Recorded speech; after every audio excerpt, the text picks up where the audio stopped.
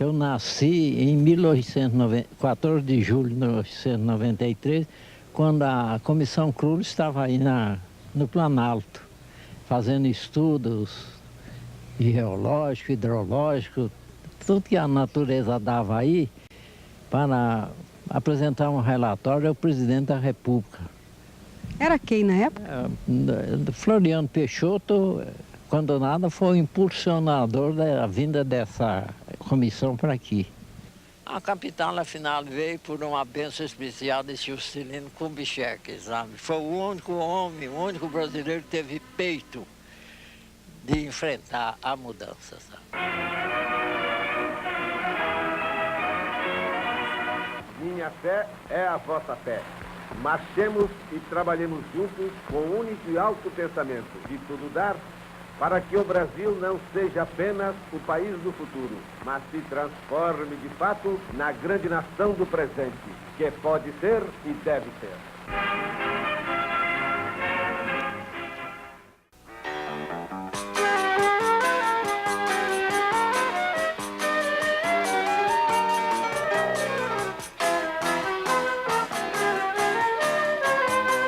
Antônio de Mottag chegou em casa e disse, sabe, nós vamos para Minas. Nós vamos procurar um lugar para a futura capital. Foi bom.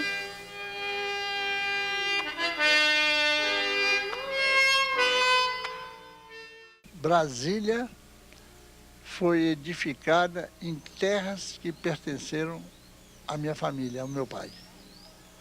De modo que eu conheço o local onde é o plano piloto desde os meus 7 anos. E eu nasci na cidade que foi a cabeça de Brasília, né? Que é Planaltina. Quando foi escolhido o local, aqui pela comissão chefiada, presidida pelo general José Pessoa, mas chefiada aqui nos trabalhos de exploração pelo general Djalma Poli Coelho, essa comissão que esteve hospedada nesta fazenda onde eu estou lhes falando. O general Poli Coelho aproveita as poucas horas de descanso para experimentar este belo animal. A fazenda possui olaria e cerâmica, fornecendo tijolos e telhas, fabricado com matéria-prima do próprio lugar, a cidade de Planaltina e toda a redondeza. Eu queria que a arquitetura de Brasília fosse diferente, não queria que parecesse como nada construído antes. Eu queria que a estrutura e a arquitetura se sincronizassem, quer dizer, quando a estrutura acabasse, a gente já sentisse que a arquitetura estava presente.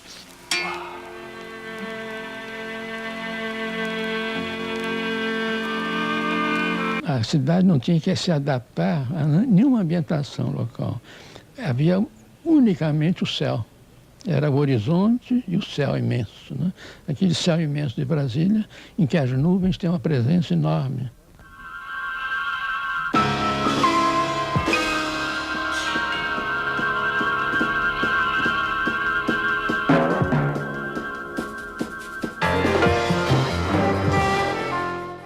Brasília não estava nas minhas cogitações. Brasília era considerada uma utopia. Nós estávamos acostumados a ver no mapa do Brasil um retângulo vermelho com os seguintes dizeres: futura sede da capital federal. Ninguém mais dava fé àqueles dizeres que vinham desde a proclamação da República. Eu havia declarado que era indispensável para o desenvolvimento do país paz, tranquilidade, e que esta só se obtinha com um respeito integral à Constituição, donde a minha resolução inabalável de cumprir artigo por artigo da Constituição de 1946, que era a que regia os destinos do Brasil. Quando me pus à disposição do público, o Toniquinho, como se chama o rapaz de Jataí, perguntou-me: Vossa Excelência acaba de afirmar que vai cumprir artigo por artigo da Constituição. Sendo assim, Vossa Excelência deve se lembrar que no artigo 4º das disposições transitórias da Constituição estabelece que a capital da República deve ser construída no Planalto Central. Vai Vossa Excelência construir a nova capital? Confesso que até aquela altura eu não havia pensado nesse assunto. Mas quando o Toniquinho me colocou o problema, eu pensei subitamente. Não dei senão 1 ou 2 segundos de espera e respondi prontamente: se a Constituição exige a construção da nova capital do Brasil, vou respeitá-la e construirei a nova capital do Brasil, no Planalto Central. A primeira visita do presidente aqui no Planalto foi dia 2 de outubro de 1956, acompanhado de Vossa Excelência o ministro da Guerra, Teixeira Lott, e outras autoridades. Eu recebi ele no aeroportozinho aqui do Catetim, numa pista feita pelo engenheiro Bernardo Saião, que foi um dos braços direitos do presidente Juscelino, foi um dos grandes colaboradores do presidente Juscelino também. Então o presidente funcionou com aquilo, tomando um cafezinho e olhando para aqueles porquinhos, aquelas galinhas, os meninos, outras autoridades que estavam ao lado dele, o ministro da Guerra, o Lott, o coronel Ernesto Silva, que é o único diretor da Nova Cap que está vivo. Então esses amigos não acharam de acordo o presidente vir aqui para o Planalto e ficar em barraca de lona. Então resolveram fazer essa surpresa para ele. Então reuniram lá esse grupo de amigos, fizeram uma vaquinha, mas o cabeça era Oscar Niemeyer. Aí telefonaram para ele, Oscar Niemeyer chegou e disse: ó, eu topo essa surpresa. Me arruma tinta e papel que eu vou desenhar a planta desse barraco. Tomando um drink lá, Dilermando Reis tocando violão, César Prato cantando Peixe Vivo, foi o caso que surgiu a construção do Catetinho. O Catetinho foi a medida inicial para ele poder ir lá aos sábados, ver isso. Foi um período muito bom, porque a gente ficava lá conversando sobre Brasília, e o pessoal que tocava violão, de modo foi uma época assim um pouco de boemia, não é? Mas com muito trabalho, com muito amor, com muita vontade de realizar a nova capital. Juscelino a contar as peripécias que ele pensava fazer, que Brasília ia ser a cidade mais bonita do mundo, aquele entusiasmo delirante que ele tinha, não é?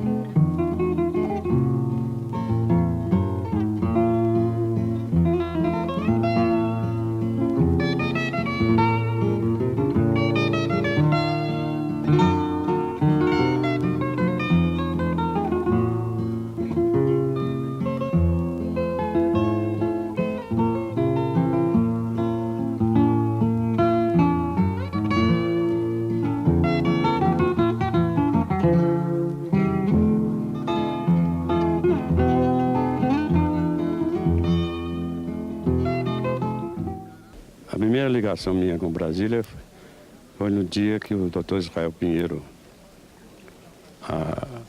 saiu do Palácio do Catete, nomeado como presidente da Nova Cap.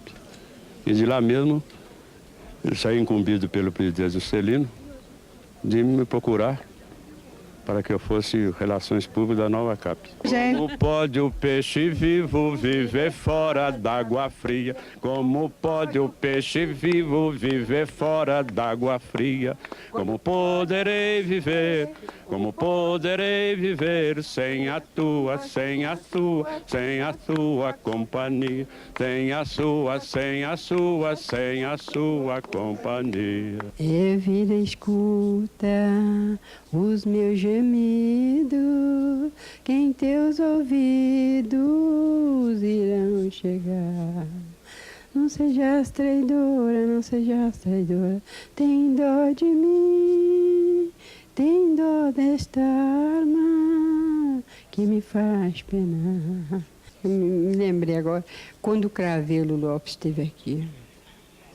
Aí eles me premiaram também com visitas aí por aí tudo, porque o Cravelo Lopes esteve aqui 6 dias, o presidente esteve aqui 6 dias, e durante esses 6 dias eu não me deitei. Nossa, quantas pessoas comiam? Ah, minha filha, não tem conta, é 600, é 700, era assim.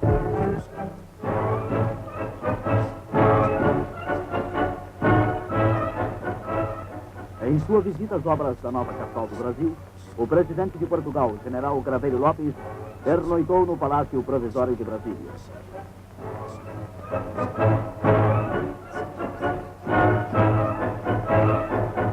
A estação do mais novo aeroporto do Brasil se encontrava com aspecto festivo.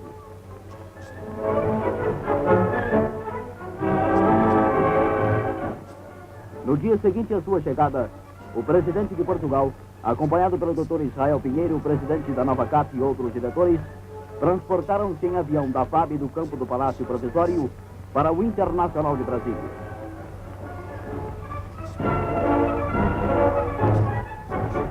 Eu olho assim, às vezes penso, não é possível, 27 anos, uma coisa assim. Isso é uma coisa que não acontece, nunca vi falar que aconteceu isso no mundo inteiro. Já viu falar? Pois é, então valeu a pena, né?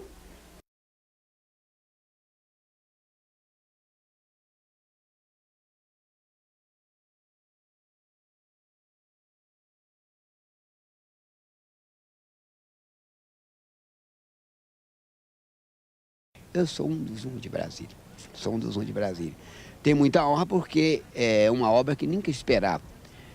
Muitas pessoas achavam, como a mim mesmo, que saí de uma capital do Brasil, nós saímos do Rio de Janeiro para aqui, para a pessoa dizer que aqui ia ser uma capital federal, ninguém acreditava, porque era um lugar que não tinha um prego sequer. Quem veio para Brasília para realmente trabalhar nas obras, construir para em 1960 cumprir aquela missão do nosso presidente da República, quem veio para trabalhar não teve tempo para arrumar nenhum lote, porque nós amanhecia e anoitecia dentro da obra. Houve tempo da gente chegar nas obras e perguntar que dia é hoje, sendo domingo nós achávamos que era segunda-feira, porque nós não sabíamos os dias da semana. Então não tivemos tempo. Agora, quem veio para negócio, arriscar às vezes o dinheiro que tinha lá fora, pessoas já experientes das coisas da vida, conseguiu ter casas, ter bens hoje e tudo. Mas operários mesmo que veio para Brasília para trabalhar, para construir, não tem nada não.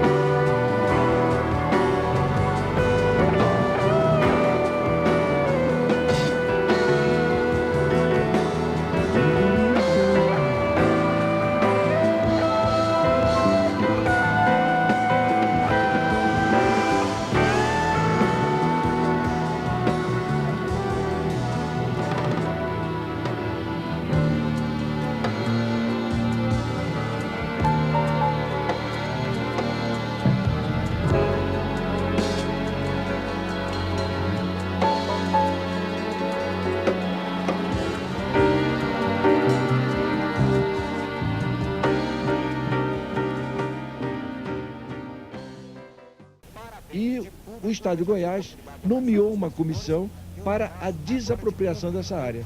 Eles acreditavam realmente nessa cidade? Eles acreditavam porque eles tinham um exemplo histórico, que era a transferência da capital de Goiás Velho para Goiânia. Então, como eles transferiram a capital deles, eles acreditavam que também o governo federal transferisse a capital do Brasil para o Planalto Central. E com uma vantagem tremenda para o Estado de Goiás, porque na realidade, depois da instalação de Brasília, o Estado de Goiás teve um boom de desenvolvimento e que nós vemos por toda parte. Foi necessário muito mais que engenho, tenacidade e invenção.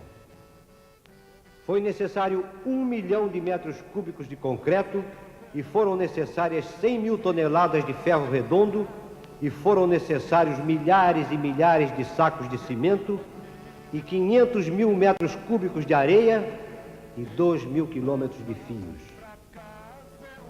E 1 milhão de metros cúbicos de brita foi necessário, e 400 quilômetros de laminados, e toneladas de madeira foram necessárias, e 60 mil operários. Foram necessários 60 mil trabalhadores vindos de todos os cantos da imensa pátria, sobretudo do norte. 60 mil candangos foram necessários para desbastar, cavar, estaquear, cortar, serrar, pregar, soldar, empurrar, cimentar, aplainar, polir, erguer as brancas em penas. Ah, em penas brancas, como penas brancas. Ah, as grandes estruturas, tão leves, tão puras, como se tivessem sido depositadas de manso por mãos de anjo na terra vermelha e pungente do Planalto. Em meio à música inflexível, à música lancinante, à música matemática do trabalho humano em progressão.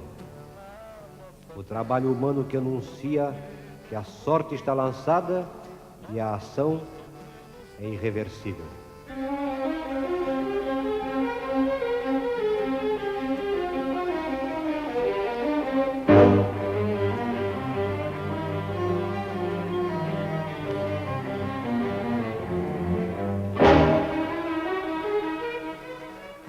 E aí começou debaixo de uma chuva intensa, começamos aqui a construção em outubro, novembro, e debaixo de muita chuva, começamos as construções provisórias, as estradas provisórias, a construção do aeroporto, uma epopeia a construção do aeroporto. Começou em novembro e acabou em maio, justamente na época da chuva, construímos um aeroporto com 2.700 metros de pista, debaixo de chuva. De modo que foi com esse espírito de pioneiro, de trabalho, de dedicação, de desprendimento, é que nós partimos para a construção de Brasília. Houve muitas pessoas descrentes, houve pessoas que combatiam, como a UDN na época, muitos deputados, a maioria dos deputados da UDN combatiam a construção de Brasília, mas nós fomos tocando o trator pela frente e essas pessoas que eram contra ficavam na poeira da estrada. Presidente, Brasília precisa de mulher, porque sem mulher nem eu fico aqui. Aí depois, olha aqui, você tem carta branca, tem que arranjar mulher para Brasília, né? E arranjou mesmo. Logo foi construído aí no lugar, tinha mulher. E se você está encarregado de fazer isso, e ele chega para a doutora Raia Pinheiro, tem que fazer, doutora Raia. Eu tenho ordem do presidente. E a doutora Raia Pinheiro mandou construir um prédio. Aí choveu em mulher, viu? Cama, compraram bacia, cama, o diabo, né? Colchão, roupa de cama e tudo. Isso foi muito rápido para construir. Vamos falar rasgado, para construir a zona foi no instante. Aqui sempre gostei do Núcleo Bandeirante, porque aqui é uma cidade pioneira, é uma cidade que a gente se encontra mais maneira de viver facilmente.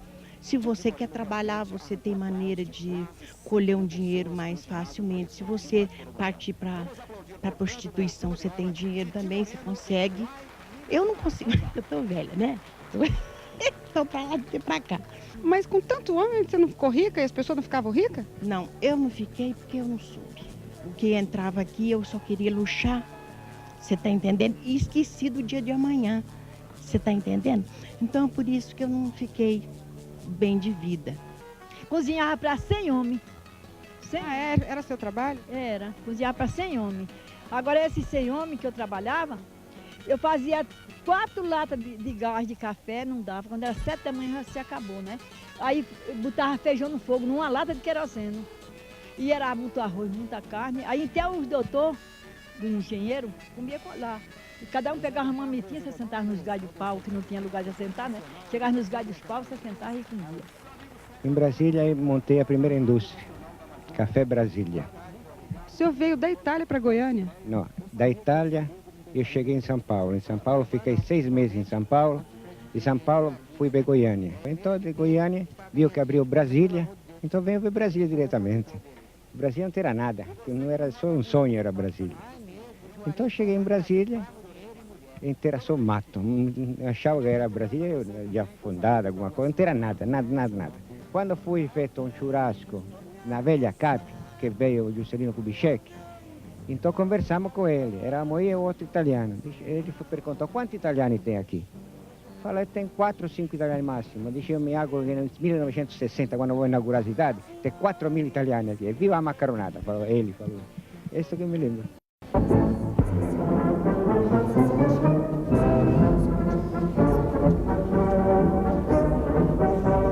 Mais uma ilustre personalidade é aguardada em Brasília, a futura capital do país. O presidente Giovanni Gronchi, primeiro mandatário da República Italiana. O presidente Gronchi aumenta a lista de chefes de governo e estadistas que nos últimos 15 meses visitaram Brasília. A obra que se realiza no Planalto Central brasileiro é hoje conhecida e admirada em todo o mundo, e daí o interesse que desperta aos ilustres visitantes. General Craveiro Lopes, então presidente de Portugal. General Stroessner, presidente do Paraguai. Príncipe Mikasa, da família real japonesa. Foster Dulles, secretário de Estado americano. E agora, o presidente da República Italiana. Toda a população, particularmente os representantes da colônia italiana de Anápolis e Brasília, veio recepcionar apoteoticamente o chefe da nação italiana, juntando-se às homenagens reservadas ao insigne homem público italiano. Aí vemos desembarcando o ilustre presidente da República Italiana. Bandeirolas do Brasil e da Itália são agitadas pelas crianças. Descem do avião o presidente Kubitschek e senhora Carla Gronchi, e em seguida os membros das comitivas presidenciais.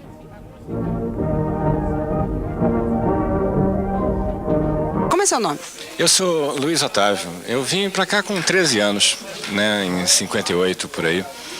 E cheguei aqui nessa cidade adolescente, pré-adolescente, né, e vim da Praia de Ipanema, né, jogava vôlei na Praia de Ipanema e de repente estava no Cerrado, né, nesse Cerrado vermelho e nessa poeira fantástica, né, no meio do canteiro de construção.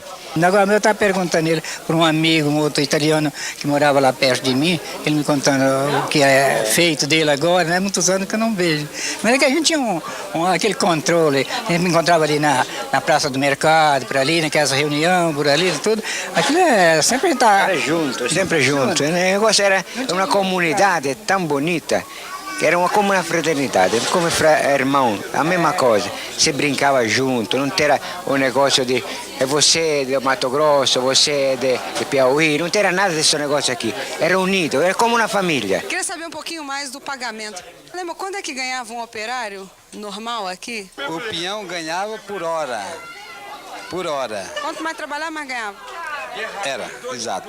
Essa posição aqui seria exatamente a fotografia planetária da cidade quando foi inaugurada. Inaugurada há 24 horas do dia 20 de 4 de 1960. Quem estava aqui sabe disso, né?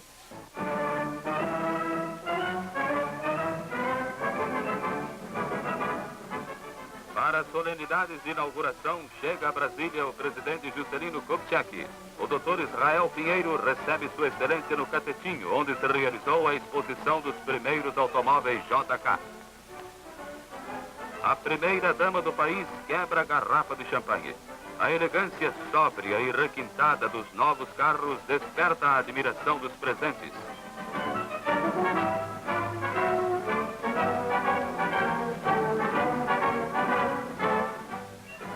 A A seguir, o presidente Kubitschek, Dona Sara e o Dr. Israel Pinheiro deixam o catetinho para dar início às primeiras solenidades inaugurais da nova capital. Em automóveis, chegaram à nova capital brasileiros de todos os rincões da pátria para assistir às solenidades da mudança da capital.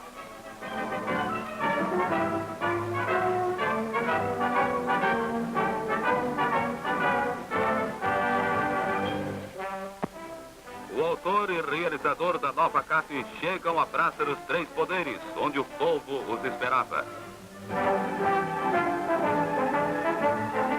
Grande era o júbilo da multidão.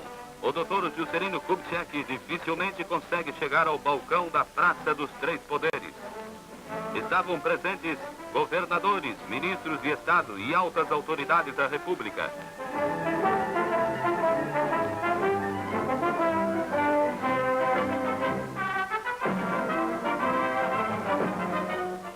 Acompanhados de suas esposas, o presidente Juscelino e o Dr. Israel Pinheiro e João Goulart dirigem-se à tribuna.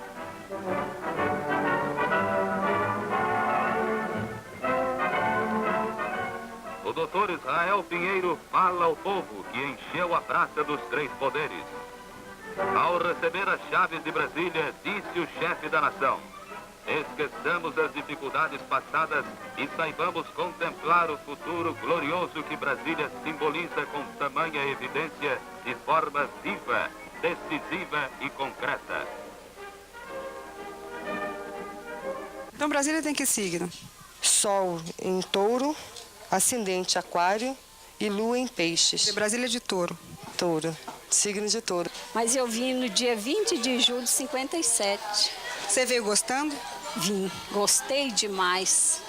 Adorei Brasília desde o primeiro dia. Fiquei numa barraca de lona, né? Muito lobo em roda, muito perigo, mas adorava.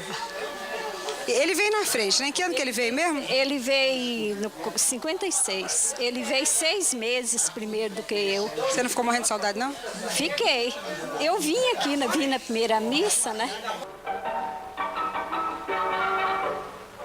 Todos os meios de transporte foram usados para que aproximadamente 15 mil pessoas pudessem estar presentes à primeira missa realizada em Brasília, a futura capital do Brasil. Constituiu verdadeiro privilégio assistir ao emocionante ato de fé realizado nos altiplanos de Goiás, como que é reeditar, mais de 4 séculos depois, o ato que assinalou a descoberta da terra de Santa Cruz.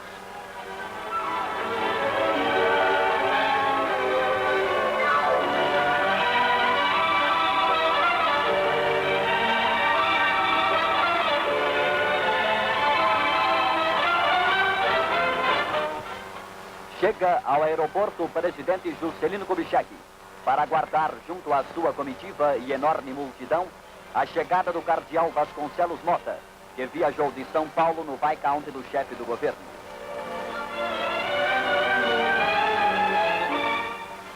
Todos desejavam tirar uma fotografia.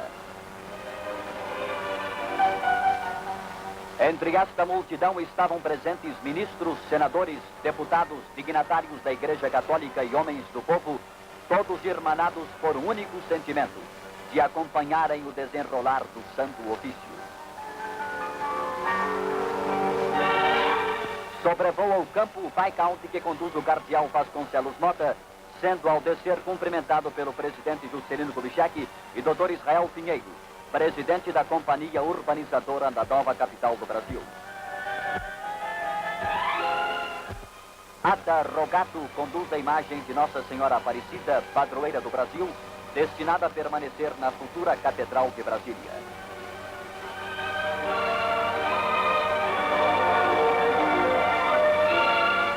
Depois da chegada da imagem, todos se preparam para seguir até o Cruzeiro, local onde será realizado o ato religioso.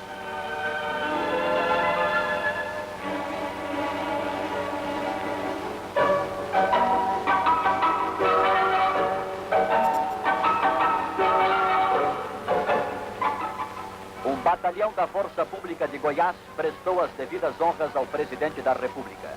Também os escoteiros goianos colaboraram nas festividades. Chega ao cruzeiro o Dr. Israel Pinheiro, a fim de aguardar a chegada do chefe da nação. Chega o presidente da República, acompanhado do cardeal Vasconcelos Mota e altas autoridades, a fim de assistirem à cerimônia religiosa em Brasília, precisamente 457 anos após ter sido oficiada a primeira missa no Brasil, celebrada na Bahia por Frei Henrique de Coimbra para os descobridores da nossa terra. Cardeal Mota batizou o primeiro garoto nascido em Brasília, sendo padrinhos do presidente da República e sua esposa, Dona Sara Kubitschek, representada pela senhora Israel Pinheiro. Dom Carlos Carmelo Mota deu início ao ofício religioso ao mesmo tempo em que o bispo auxiliar de São Paulo, Dom Macedo, proferia a homília e o coro da Sociedade Coral de Belo Horizonte, sob a regência do maestro Isaac Karabitchevski, entoava hino sacro.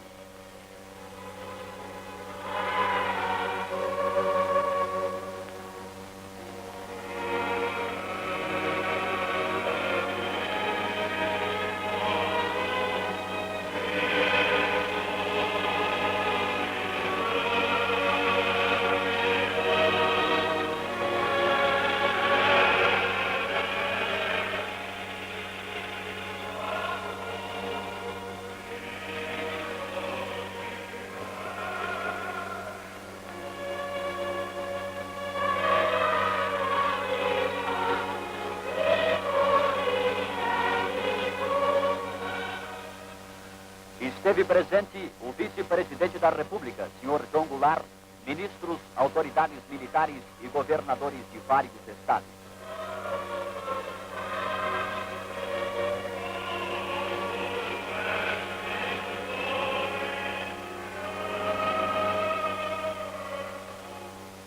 Índios Carajás estiveram presentes à missa e constituíram alvo da curiosidade dos presentes.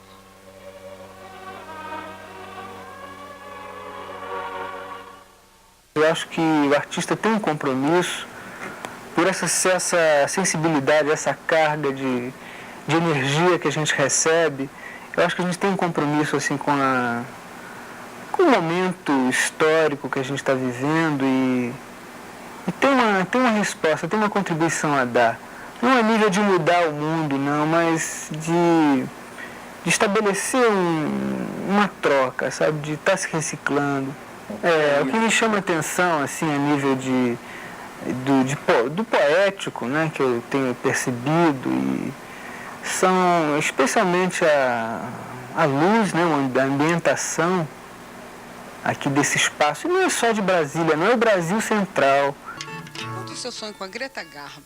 Era Greta Garbo vendo Brasília, não sei como. O negócio de Greta Garbo era um sonho muito idiota, porque eu conversava com Greta Garbo, normalmente, assim, de tarde. Eu reclamava da caristia, né?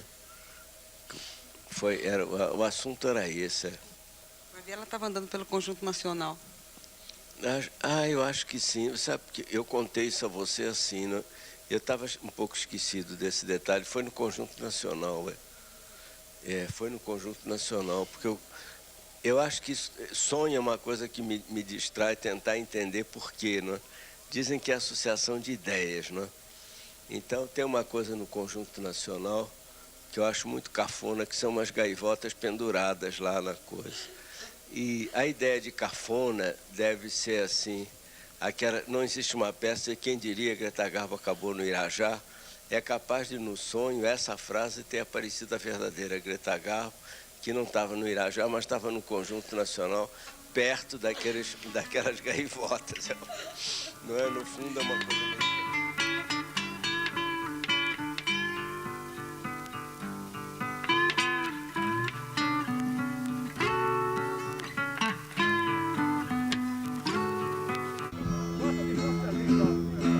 Falo no Paranoá que dizem que é favela.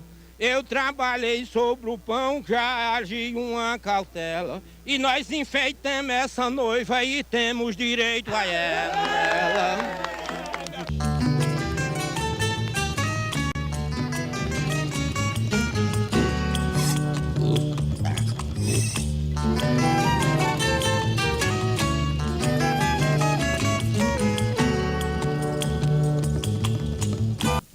querem então é pleitear que seja colocado à venda, que vocês possam comprar, é isso? Seja tombado e que fique aqui com patrimônio histórico e a gente dentro.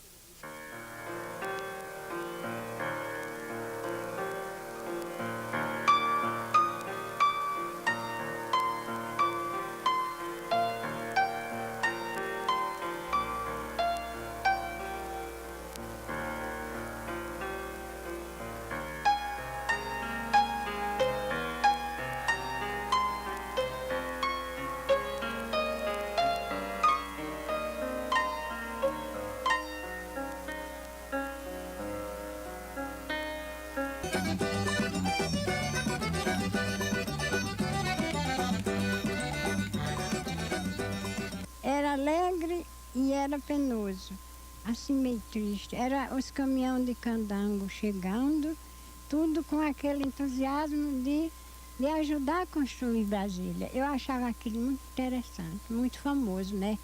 Só o que eu achava triste era quando eles se machucavam.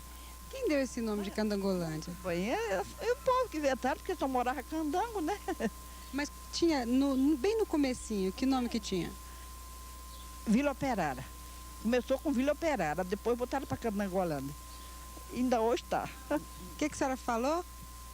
Fica aqui. Esse lugar aqui começou por Candangolândia, não sabe? E depois que aquela igreja... Meu documento é como tem muitos de coisa de médicos, essas coisas, esses papéis, coisas, tudo é Vila Operária. Depois mudou para Candangolândia. Ela começou por Candangolândia, porque era onde os candangos moravam. E depois, quando aquela igrejinha da Culava essa aqui ficou substituindo a igrejinha Nossa Senhora Aparecida, aí, que essa é a primeira igreja de Brasília, não sabe? É essa. É, porque a primeira era aquela, e essa ficou substituindo a outra. Tudo bem. Agora vamos deixar ela continuar dizendo aí. Aí puseram o nome de Vila Operária, Candangolândia. Vila Operária, Candangolândia. Então pronto, ficaram os dois nomes, é isso? É os dois nomes, deixa.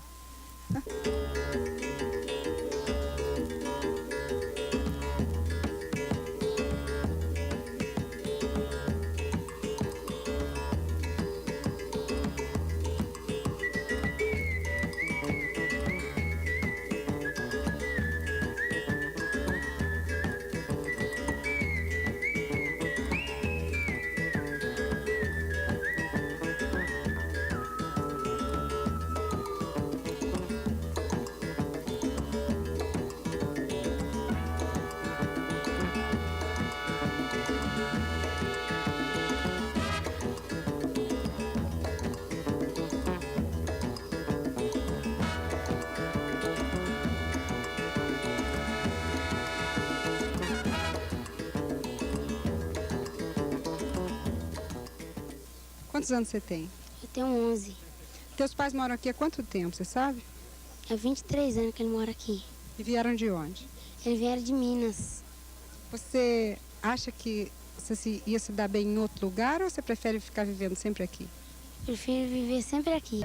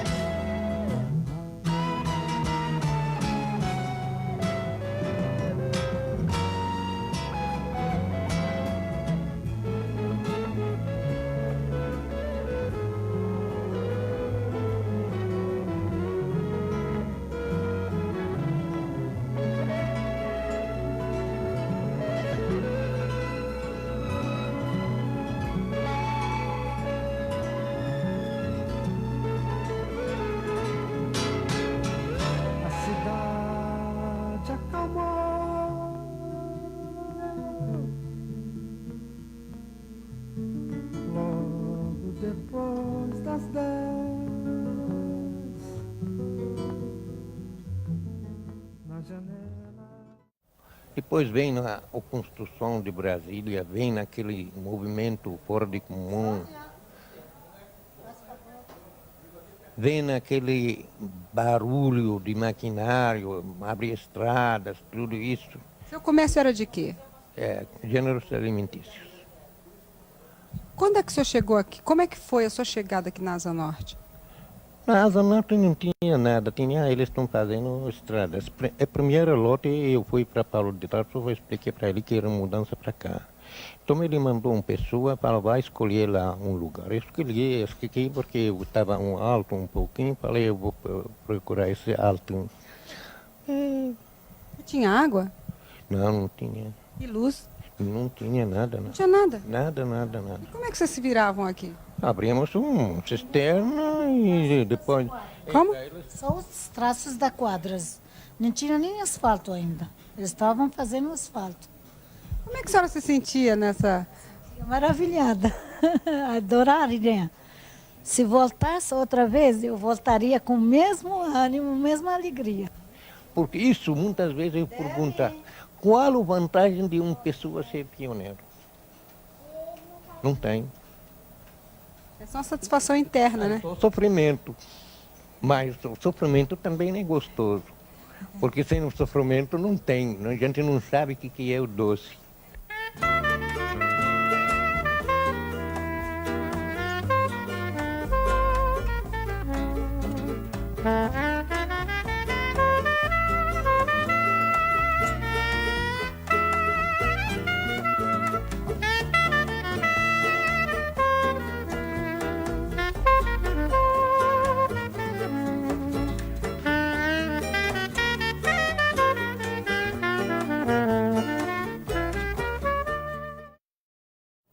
Bom, nós chegamos aqui em Brasília em 1957, em 12 de dezembro de 57.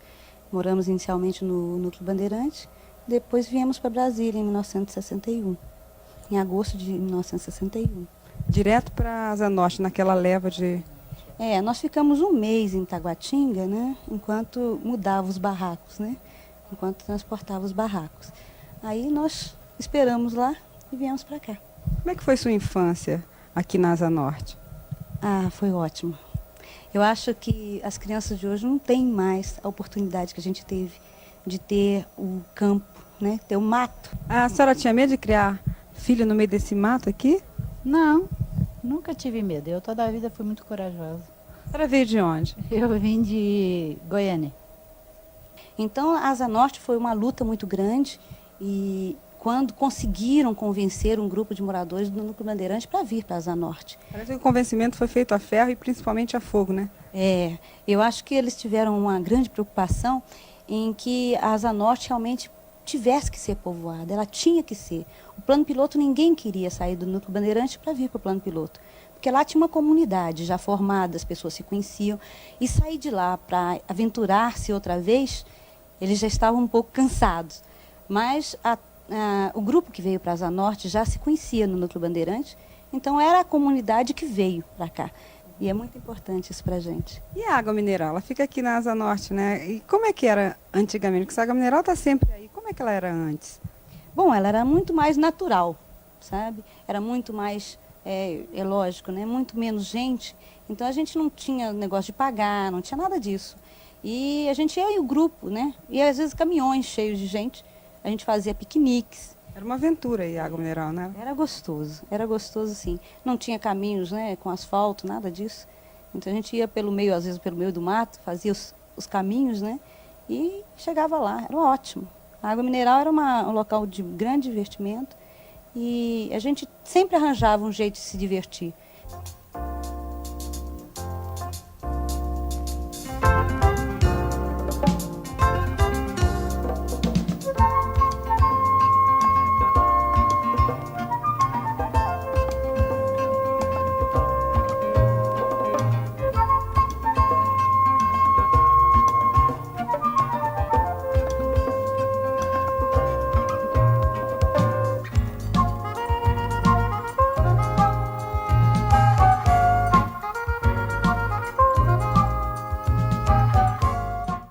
Milton, você já disse que pintor não gosta muito de falar, gostaria de pintar, mas você precisa falar um pouquinho para a gente sobre essa sua maneira de retratar Brasília.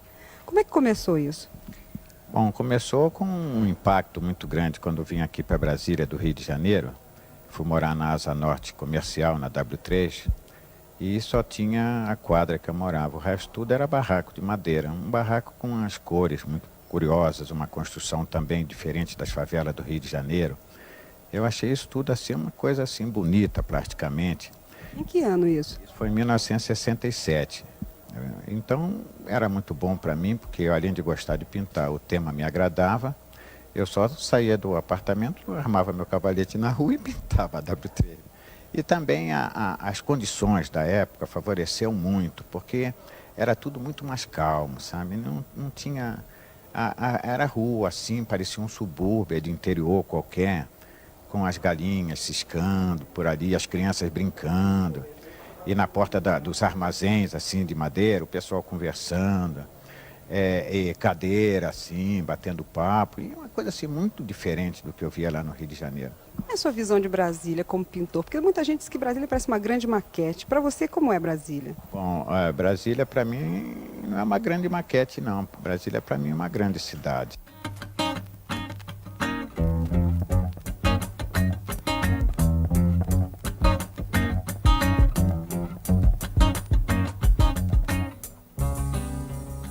Ô Chico, você queria falar sobre a Asa Norte, sobre a 312. Pode começar. 312, né?